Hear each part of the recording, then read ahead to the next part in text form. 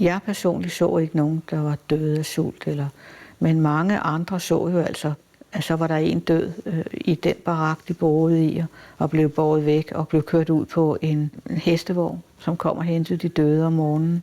Der var mange syge, der var mange, der døde. Vi så hver dag, de kom med sådan nogle trillebøger med en død på, med en sort klæde over, og så stak der en arm ud og en fod ud. Sådan det så vi hver dag. Efterhånden så lagde man dårligt nok mærke til det. Det hørte med til gadebilledet. Dels så døde de, fordi de ikke fik den medicin, de skulle have. Og så blev de smittet af forskellige ting. Der var flere årsager. Vi kom ikke hjem alle sammen, desværre.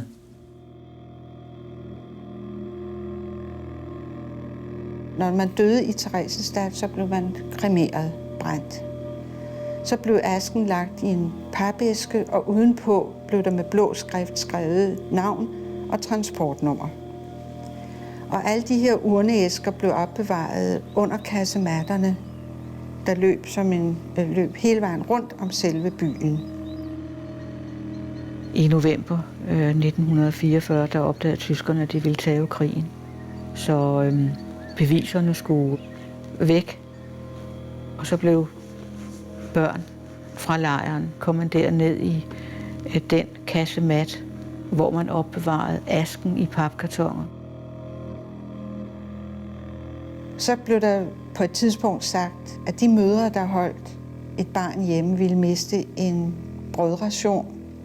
Og så gik rygtet også om, hvis der var nogle mødre, der holdt deres børn hjemme, så ville både mor og barn blive skudt.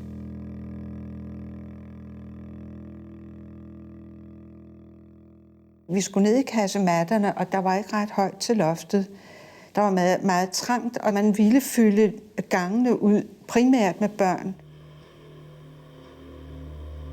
Så den pågældende dag, der gik jeg så afsted, og så gik jeg så i kolonnen med de andre børn.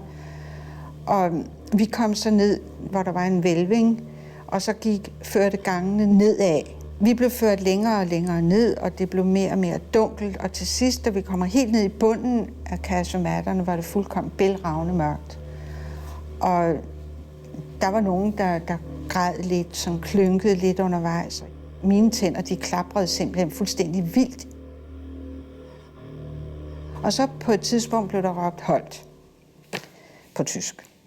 Og så længere fremme blev der tændt et stearinlys. Så pludselig kunne jeg så se konturerne af loftsvælvingen og nogle af de børn, jeg gik ved siden af. Og så er der et lille barn, der begynder at græde. Og så der var en voksen kvinde, en fange, der gik forrest. Og så siger hun på tysk, tut es weh, altså gør det ondt. Og i det øjeblik, hun sagde det, så begyndte alle børnene at skrige. Det var fuldkommen... Det gik som en løbeild ned gennem alle børnene, og vi skreg og skreg og skreg. Og så kom der nogle soldater, der gennede os ud til væggen, og til sidst stod vi barn ved barn ved siden af hinanden. Og inden for meget kort tid, så begyndte æskerne at komme. Så blev de altså båret fra de mindste børn, fik fat i papkasserne, og så blev de altså båret fra den ene til den anden i rækken op igennem. Jeg skulle levere fra venstre til højre, fra venstre til højre. Og så skete der jo det, der måtte ske med de her papæsker, de gik i stykker, og der var jo sådan nogle hårde klumper, der flød ned over noget melagtigt noget, og jeg tog overhovedet ikke at tænke på, hvad det var for noget, der kom ned over mine hænder. Der var en kvinde, en jødisk fange, som var håndlanger for tyskerne, altså en kapo, som man kaldte dem. Og hun havde en dobbermand, hun gik med, og hun havde en ridepisk. Og hun piskede, hvis hun kunne komme afsted med det. Når der ikke var nogen, der så det, så byttede jeg plads. Og sådan blev jeg ved i løbet af den lange, lange dag at bevæge mig et barn frem. Selvom det var strengt forbudt, og det så gik ud over nogle andre børn, der blev pænt på deres plads, så gjorde jeg det, for jeg ville ud i lyset. Så langt ud på dagen, hvor jeg nåede ud, hvor der var lys. Og derude, der så jeg så, at de urner, der kom nedefra, helt nede fra bunden af kassemanden, blev smidt op på en vogn og blev trukket væk af fanger. Og der stod vi først og sætte dem op i kærrer, og det skulle så uden for lejren. Vi skulle hen til der, hvor floden Eger løber i nærheden af Theresienstadt. Der standsede så kærren der, og der skulle vi stå også i en lang række, og de der pakker med urnerne der, de skulle så gå fra hånd til hånd ned, og så sættes ud i floden. Mellem os, der var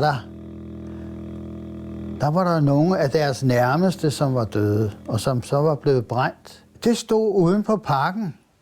Der stod hver eneste navn.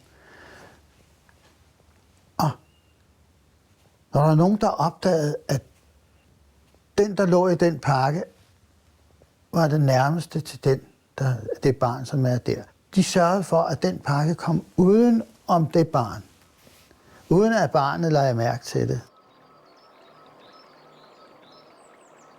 Man lærer en måde at overleve på, men man vender sig aldrig til angsten for det, der kan ske.